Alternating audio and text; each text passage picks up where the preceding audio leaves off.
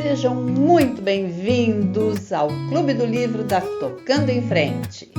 Por favor, inscrevam-se no nosso canal, curtam, compartilhem. Que tal começar agora? Vamos à leitura?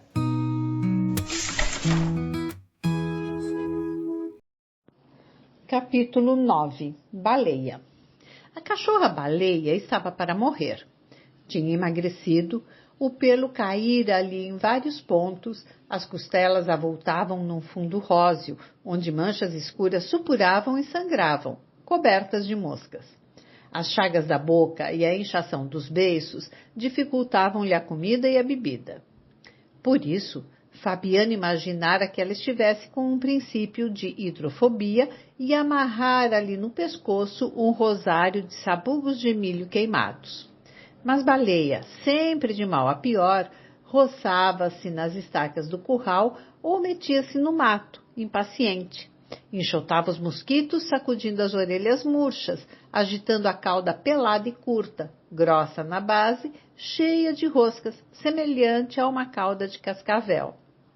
Então Fabiano resolveu matá-la. Foi buscar a espingarda de pederneira, lixou-a, limpou-a com um saca-trapo e fez tensão de carregá-la bem para a cachorra não sofrer muito. Sinhá Vitória fechou-se na camarinha, rebocando os meninos assustados, que adivinhavam desgraça e não se cansavam de repetir a mesma pergunta. — Vão bulir com a baleia? Tinham visto o chumbeiro e o polvarinho. Os modos de Fabiano afligiam-nos, davam-lhes a suspeita de que Baleia corria perigo. Ela era como uma pessoa da família. Brincavam juntos os três. Para bem dizer, não se diferenciavam. Rebolavam na areia do rio e no estrume fofo que ia subindo, ameaçava cobrir o chiqueiro das cabras. Quiseram mexer na taramela e abrir a porta, mas Sinhá Vitória levou-os para a cama de varas, deitou-os e esforçou-se por tapar-lhes os ouvidos. Prendeu a cabeça do mais velho entre as coxas e espalmou as mãos nas orelhas do segundo. Como os pequenos resistissem, aperreou-se e tratou de subjugá-los, resmungando com energia. Ela também tinha o coração pesado, mas resignava-se. Naturalmente, a decisão de Fabiano era necessária e justa. Pobre da baleia. Escutou. Ouviu o rumor do chumbo que se derramava no cano da arma, as pancadas surdas da vareta na bucha. Suspirou. Coitadinha da baleia. Os meninos começaram a gritar e espernear. E como Sinhá Vitória tinha relaxado os músculos, deixou escapar o mais taludo e soltou uma praga. Capeta excomungado! Na luta que travou para segurar de novo o filho rebelde, zangou-se de verdade. Safadinho! Atirou um cocorote ao crânio enrolado na coberta vermelha e na saia de ramagens. Pouco a pouco, a cólera diminuiu, e Sinhá Vitória, embalando as crianças, enjoou-se da cadela achacada, gargarejou muxoxos e nomes feios. Bicho nojento, babão, inconveniência deixar cachorro doido solto em casa. Mas compreendia que estava sendo severa demais. Achava difícil Baleia endoidecer e lamentava que o marido não houvesse esperado mais um dia para ver se realmente a execução era indispensável. Nesse momento, Fabiano andava no copiar, batendo castanholas com os dedos. Sinhá Vitória encolheu o pescoço e tentou encostar os ombros às orelhas. Como isto era impossível, levantou os braços e, sem largar o filho, conseguiu ocultar um pedaço da cabeça. Fabiano percorreu o alpendre, olhando a baraúna e as porteiras, assolando um cão invisível contra animais invisíveis. — Ecô, ecô! Em seguida entrou na sala, atravessou o corredor e chegou à janela baixa da cozinha. Examinou o terreiro, viu Baleia coçando-se a esfregar as peladuras no pé de turco, levou a espingarda ao rosto. A cachorra espiou o dono desconfiada. Enroscou-se no tronco e foi se desviando, até ficar no outro lado da árvore, agachada e arisca, mostrando apenas as pupilas negras. Aborrecido com essa manobra, Fabiano saltou à janela e esgueirou-se ao longo da cerca do curral, deteve-se num mourão do canto e levou de novo a arma ao rosto. Como o animal estivesse de frente e não apresentasse bom alvo, adiantou-se mais alguns passos. Ao chegar às catingueiras, modificou a pontaria e puxou o gatilho. A carga alcançou os quartos traseiros e inutilizou uma perna de baleia, que se pôs a latir desesperadamente. Ouvindo o tiro e os latidos, Sinhá Vitória pegou-se à Virgem Maria e os meninos rolaram na cama, chorando alto. Fabiano recolheu-se. E Baleia fugiu precipitada, rodeou o barreiro, entrou no quintalzinho da esquerda, passou rente aos craveiros e às panelas de losna, meteu-se por um buraco da cerca e ganhou o pátio, correndo em 3 pés. Dirigiu-se ao copiar, mas temeu encontrar Fabiano, e afastou-se para o chiqueiro das cabras. Demorou-se a um instante, meio desorientada. Saiu depois sem destino, aos pulos.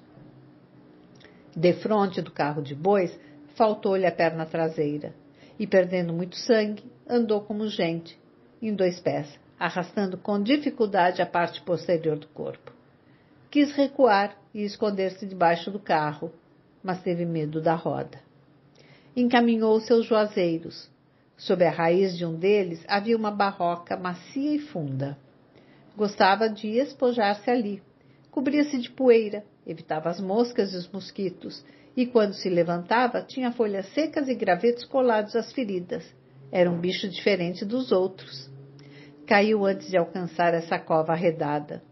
Tentou erguer-se, endireitou a cabeça e estirou as pernas dianteiras, mas o resto do corpo ficou deitado de banda. Nesta posição torcida, mexeu-se a custo, ralando as patas, cravando as unhas no chão, agarrando-se nos seixos miúdos. Afinal esmoreceu e aquietou-se junto às pedras onde os meninos jogavam cobras mortas. Uma sede horrível queimava-lhe a garganta. Procurou ver as pernas e não as distinguiu. Um nevoeiro impedia-lhe a visão. Pôs-se a latir e desejou morder Fabiano. Realmente não latia. Uivava baixinho. E os uivos iam diminuindo, tornavam-se quase imperceptíveis. Como o sol a encadeasse, conseguiu adiantar-se umas polegadas e escondeu-se numa nesga de sombra que ladeava a pedra. Olhou-se de novo aflita. Que lhe estaria acontecendo? O nevoeiro engrossava e aproximava-se. Sentiu o cheiro bom dos preás que desciam do morro, mas o cheiro vinha fraco e havia nele partículas de outros viventes. Parecia que o morro se tinha distanciado muito. Arregaçou o focinho, aspirou o ar lentamente, com vontade de subir a ladeira e perseguir os preás, que pulavam e corriam em liberdade. Começou a arquejar penosamente, fingindo ladrar.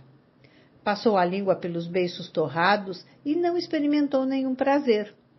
O olfato cada vez mais se embotava. Certamente os preás tinham fugido. Esqueceu-os e de novo lhe veio o desejo de morder Fabiano, que lhe apareceu diante dos olhos meio vidrados, com um objeto esquisito na mão. Não conhecia o objeto, mas pôs-se a tremer, convencida de que ele encerrava surpresas desagradáveis. Fez um esforço para desviar-se daquilo e encolher o rabo. Cerrou as pálpebras pesadas e julgou que o rabo estava encolhido. Não poderia morder Fabiano. Tinha nascido perto dele, numa camarinha, sob a cama de varas, e consumira a existência em submissão, ladrando para juntar o gado quando o vaqueiro batia palmas. O objeto desconhecido continuava a ameaçá-la. Conteve a respiração, cobriu os dentes, espiou o inimigo por baixo das pestanas caídas. Ficou assim algum tempo, depois sossegou. Fabiano e a coisa perigosa tinham se sumido. Abriu os olhos a custo. Agora havia uma grande escuridão. Com certeza o sol desaparecera. Os chocalhos das cabras tilintaram para os lados do rio. O fartundo chiqueiro espalhou-se pela vizinhança. Baleia assustou-se. Que faziam aqueles animais soltos de noite? A obrigação dela era levantar-se e conduzi-los ao bebedouro. Franziu as ventas, procurando distinguir os meninos, e estranhou a ausência deles. Não se lembrava de Fabiano. Tinha havido um desastre, mas Baleia não atribuía a esse desastre a impotência em que se achava, nem percebia que estava livre de responsabilidades. Uma angústia apertou-lhe o pequeno coração. Precisava vigiar as cabras. Àquela hora, cheiros de sussuarana deviam andar pelas ribanceiras, rondar as moitas afastadas. Felizmente, os meninos dormiam na esteira, por baixo do caritó onde Sinhá Vitória guardava o cachimbo. Uma noite de inverno, gelada e nevoenta, cercava a criaturinha. Silêncio completo. Nenhum sinal de vida nos arredores. O galo velho não cantava no poleiro, nem Fabiano roncava na cama de varas. Estes sons não interessavam Baleia, mas quando o galo batia as asas e Fabiano se virava, emanações familiares revelavam-lhe a presença deles. Agora parecia que a fazenda se tinha despovoado. Baleia respirava depressa, a boca aberta, os queixos desgovernados, a língua pendente e insensível. Não sabia o que tinha sucedido. O estrondo, a pancada que recebera no quarto e a viagem difícil do barreiro ao fim do pátio desvaneciam-se no seu espírito. Provavelmente estava na cozinha, entre as pedras que serviam de trempe. Antes de se deitar, Sinhá Vitória retirava dali os cardões e a cinza. Varria com um molho de vassourinha o chão queimado, e aquilo ficava um bom lugar para o cachorro descansar. O calor afugentava as pulgas, a terra se amaciava, e, findos os cochilos, numerosos preás corriam e saltavam. Um formigueiro de preás invadia a cozinha. A tremura subia, deixava a barriga e chegava ao peito de Baleia. Do peito para trás era tudo insensibilidade e esquecimento, mas o resto do corpo se arrepiava. Espinhos de mandacaru penetravam na carne meio comida pela doença. Baleia encostava a cabecinha fatigada na pedra. A pedra estava fria. Certamente Sinhá Vitória tinha deixado o fogo apagar-se muito cedo. Baleia queria dormir. Acordaria feliz, num mundo cheio de preás, e lamberia as mãos de Fabiano, um Fabiano enorme. As crianças se espojariam com ela, rolariam com ela num pátio enorme, num chiqueiro enorme. O mundo ficaria todo cheio de preás, gordos, enormes.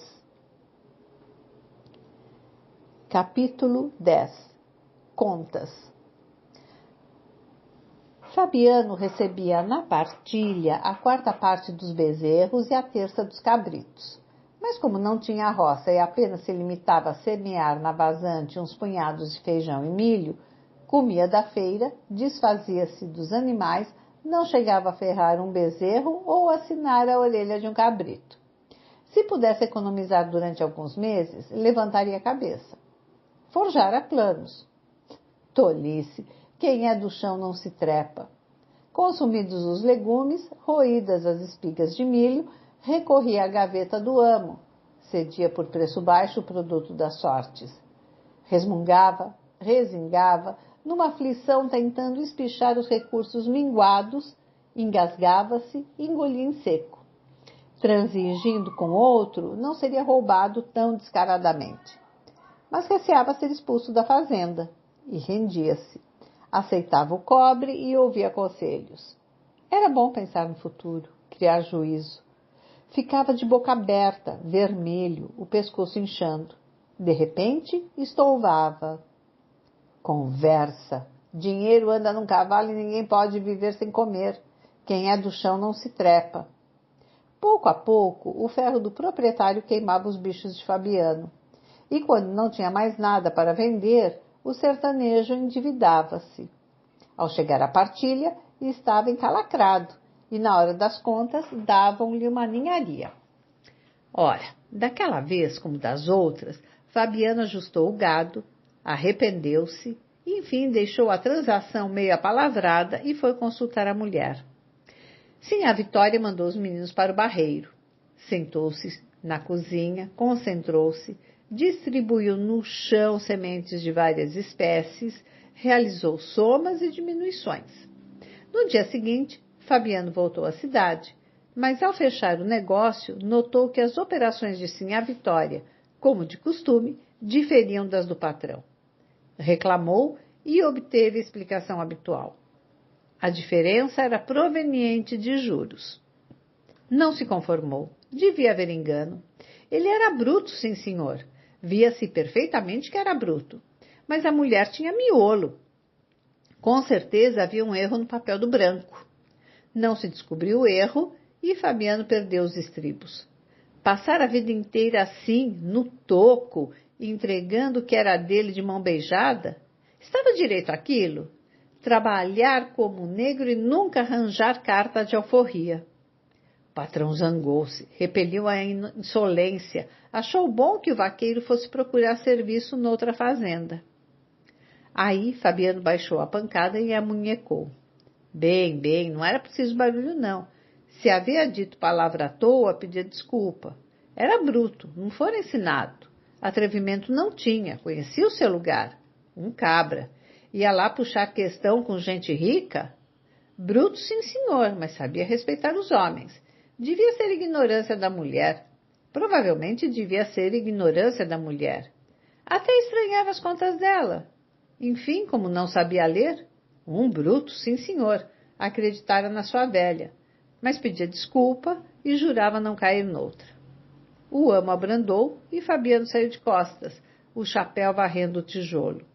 Na porta, virando-se, enganchou as rosetas das esporas, afastou-se tropeçando, os sapatões de couro cru batendo no chão como cascos. Foi até a esquina, parou, tomou fôlego. Não deviam tratá-lo assim. Dirigiu-se ao quadro lentamente. Diante da bodega de seu Inácio, virou o rosto e fez uma curva larga. Depois que acontecera aquela miséria, temia passar ali. Sentou-se numa calçada, tirou do bolso o dinheiro, examinou-o, procurando adivinhar quanto lhe tinham furtado. Não podia dizer em voz alta que aquilo era um furto, mas era. Tomavam-lhe o gado quase de graça e ainda inventavam juro. Que juro? O que havia era safadeza. Ladroeira. Nem lhe permitiam queixas. Por que reclamara, achar a coisa uma exorbitância, o branco se levantara furioso com 4 pedras na mão. Para que tanto espalhafato? Recordou-se do que lhe sucedera anos atrás, antes da seca, longe. Num dia de apuro, recorrera ao porco magro que não queria engordar no chiqueiro e estava reservado às despesas de Natal. Matara-o antes do tempo e fora vendê-lo na cidade. Mas o cobrador da prefeitura chegara com o recibo e atrapalhara-o. Fabiano fingira-se desentendido. Não compreendia nada, era bruto. Como o outro lhe explicasse que para vender o porco devia pagar imposto, tentara convencê-lo de que ali não havia porco, havia quartos de porco, pedaços de carne. O agente se aborrecera, insultara-o e Fabiano se encolhera. Bem, Deus o livrasse de história com o governo. Julgava que podia dispor dos seus troços. Não entendia de imposto. Um bruto, está percebendo? Supunha que o cevado era dele. Agora, se a prefeitura tinha uma parte, estava acabado, pois ia voltar para casa e comer a carne. Podia comer a carne? Podia ou não podia? O funcionário batera o pé agastado e Fabiano se desculpara. O chapéu de couro na mão, o espinhaço curvo. Quem foi que disse que eu queria brigar? O melhor é a gente acabar com isso. Despedira-se, metera a carne no saco e fora vendê-la noutra rua, escondido. Mas atracado pelo cobrador, gemera no imposto e na multa. Daquele dia em diante não criara mais porcos. Era perigoso criá-los. Olhou as cédulas arrumadas na palma, os níqueis e as pratas, suspirou, mordeu os beiços. Nem lhe restava o direito de protestar. Baixava a crista. Se não baixasse, desocuparia a terra. Largar-se-ia com a mulher, os filhos pequenos e os cacarecos. Para onde, hein? Tinha para onde levar a mulher e os meninos? Tinha nada. Espalhou a vista pelos 4 cantos. Além dos telhados que lhe reduziam o horizonte, a campina se estendia, seca e dura. Lembrou-se da marcha penosa que fizera através dela, com a família, todos esmolambados e famintos. Haviam escapado, e isso lhe parecia um milagre. Nem sabia como tinham escapado. Se pudesse mudar-se, gritaria bem alto que o roubavam. Aparentemente resignado, sentia um ódio imenso a qualquer coisa que era ao mesmo tempo a campina seca, o patrão, os soldados e os agentes da prefeitura. Tudo, na verdade, era contra ele. Estava acostumado, tinha a casca muito grossa, mas às vezes se arreliava. Não havia paciência que suportasse tanta coisa. Um dia um homem faz besteira e se desgraça. Pois não estavam vendo que ele era de carne e osso?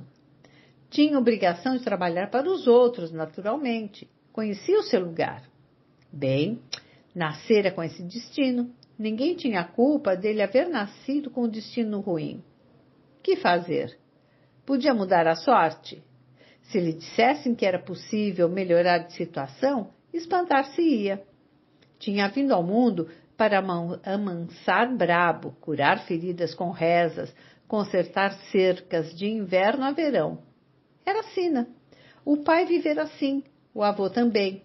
E para trás não existia família. Cortar mandacaru, encebar látigos. Aquilo estava no sangue. Conformava-se. Não pretendia mais nada. Se lhe dessem o que era dele, estava certo. Não davam. Era um desgraçado. Era um cachorro. Só recebia ossos. Por que seria que os homens ricos ainda lhe tomavam uma parte dos ossos? Fazia até nojo pessoas importantes se ocuparem com semelhantes porcarias. Na palma da mão, as notas estavam úmidas de suor. Desejava saber o tamanho da extorsão. Da última vez que fizera contas com o amo, o prejuízo parecia menor. Alarmou-se.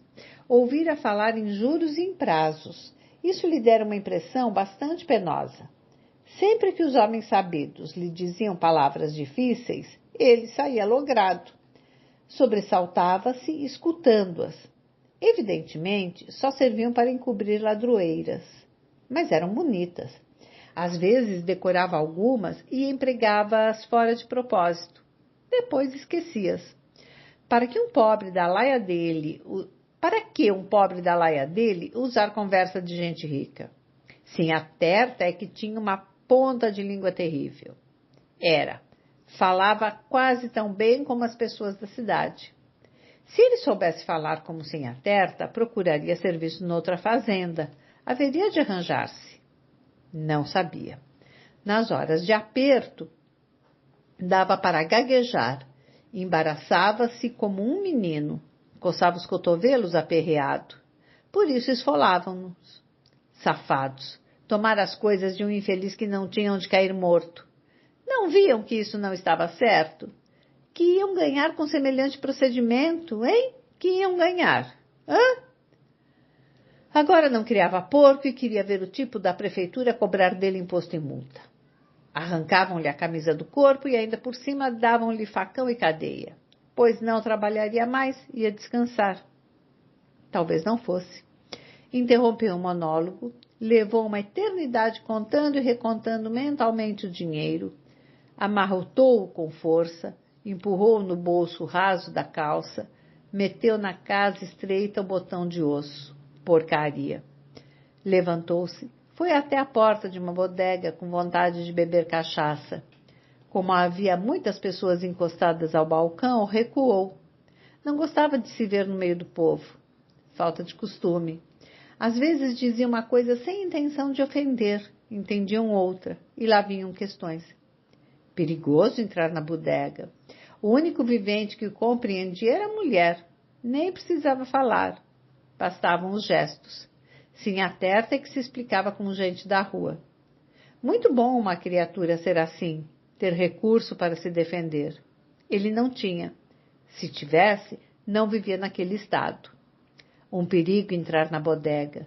Estava com desejo de beber um quarteirão de cachaça, mas lembrava-se da última visita feita a venda de seu Inácio. Se não tivesse tido a ideia de beber, não lhe haveria sucedido aquele desastre. Nem podia tomar uma pinga descansado. Bem, ia voltar para casa e dormir. Saiu lento, pesado, capiongo, as rosetas das esporas silenciosas. Não conseguiria dormir. Na cama de varas havia um pau com um nó, bem no meio. Só muito cansaço fazia um cristão acomodar-se em semelhante dureza. Precisava fatigar-se ao lombo de um cavalo ou passar o dia consertando cercas. Derreado, bambo, espichava-se e roncava como um porco. Agora não lhe seria possível fechar os olhos. Rolaria a noite inteira sobre as varas, matutando aquela perseguição. Desejaria imaginar o que ia fazer para o futuro. Não ia fazer nada. Matar-se-ia no serviço e moraria numa casa alheia, enquanto deixassem ficar. Depois sairia pelo mundo. Iria morrer de fome na caatinga seca. Tirou do bolso o rolo de fumo. Preparou um cigarro com a faca de ponta. Se ao menos pudesse recordar-se de fatos agradáveis, a vida não seria inteiramente má. Deixara a rua, levantou a cabeça, viu uma estrela, depois muitas estrelas. As figuras dos inimigos esmoreceram. Pensou na mulher, nos filhos e na cachorra morta. Pobre de baleia. Era como se ele tivesse matado uma pessoa da família. Vocabulário referente aos capítulos 9 e 10. Saca-trapo. Utensílio para limpar os tubos das bocas de fogo. Bulir. Mexer. Chumbeiro. Estojo para levar o chumbo. Polvarinho. Frasco de levar pólvora. Taramela. Trava. Aperreou-se. Aborreceu-se. Bucha. Objeto usado como rolha para tampar alguma coisa. Taludo. Grande. Achacada.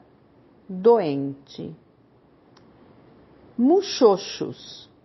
Estalos com a língua. Assulando. Atiçando. Barroca. Monte de barro ou monte pedregoso. Arredada. Afastada. Nesga. Pequeno. Espojariam. Rolariam. Resingava.